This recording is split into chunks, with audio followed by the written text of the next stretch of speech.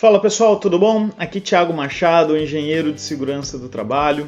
Hoje nós vamos continuar falando sobre acidente de trabalho, tá? Em especial doenças do trabalho e a doença profissional. Então o que a gente precisa entender também é que na hora de emitir uma CAT, não são só os acidentes que nós chamamos de acidentes típicos que nós vamos estar abrindo a CAT, doenças ocupacionais também. Então qual que é a diferença de a doença ocupacional para acidente típico? Na verdade a CAT ela vai ter três definições, a gente vai ter o acidente típico, doença ocupacional e acidente de trajeto. Acidente de trajeto é aquele que acontece no deslocamento da sua casa para o trabalho, do trabalho para casa. A gente vai ter um vídeo falando só sobre ele, tá? Então não vou entrar em detalhes agora. A doença do trabalho é quando o trabalhador adquire uma doença, e o acidente típico é todo aquele que não é a trajeto nem doença do trabalho ou profissional, ok? Então essa é a diferença. E agora a gente vai estar trabalhando com vocês o que é a doença do trabalho ou doença profissional, ok? Então vamos lá. A doença profissional e do trabalho ela é regida pelo artigo 20 da Lei 8.213 da Previdência Social. Ela fala assim, consideram-se acidente do trabalho, nos termos do artigo anterior, que foi o artigo 19 que nós vimos no vídeo passado, as seguintes entidades mórbidas: doença profissional e doença do trabalho, ok? Tá, vou dar uma definiçãozinha básica entre elas, mas assim, isso não cabe ao engenheiro de segurança, ao técnico em segurança do trabalho definir. Isso cabe ao médico do trabalho. Então, por isso que eu não vou entrar em muitos detalhes, porque eu sou engenheiro de segurança do trabalho, então eu não sou o melhor profissional para tratar os detalhes, as variações dessa condição. Mas eu vou dar a orientação do que nós, como profissionais de segurança do trabalho, devemos tomar, quais são as atitudes que a gente deve fazer nessa situação. Então aqui, a diferença de doença profissional para a doença do trabalho é que a doença profissional é aquela que é inerente à profissão. Então um exemplo que todo mundo gosta de usar é o exemplo do soldador. Então o camarada está lá fazendo solda, trabalhando com solda. O que seria uma doença profissional? Seria aquela doença respiratória derivada da solda. O cara está lá inalando aqueles fumos metálicos, aqueles metais lá, está vindo por pulmão do soldador e vai gerar uma doença profissional. Ou sei lá, uma doença nas vistas por conta de queimadura das vistas por radiação ionizante e ionizante. Ok? Então são doenças profissionais, é inerente à função da pessoa.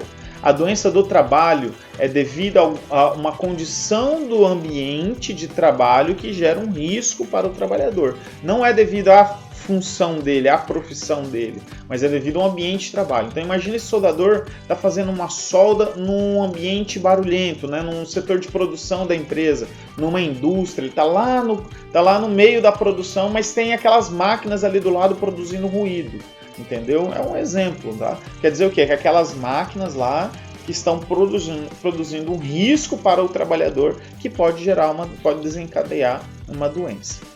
Tiago, eu preciso ficar fazendo essas separações de doença profissional ou do trabalho? Não, isso não cabe a gente. Isso cabe ao médico do trabalho, ok? O médico do trabalho que vai avaliar o trabalhador, ele vai identificar se essa doença está relacionada à profissão ou ao trabalho dele. Se o médico do trabalho ver que está associado, ele vai falar, olha, isso aqui é uma doença do trabalho, tá? Isso aqui é uma doença profissional, tem que se abrir CAT.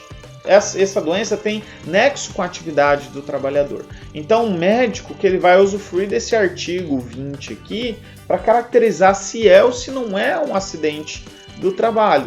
Tá? Também levando em consideração aquilo que a Previdência fala que não é um acidente, uma doença ocupacional ou uma doença do trabalho.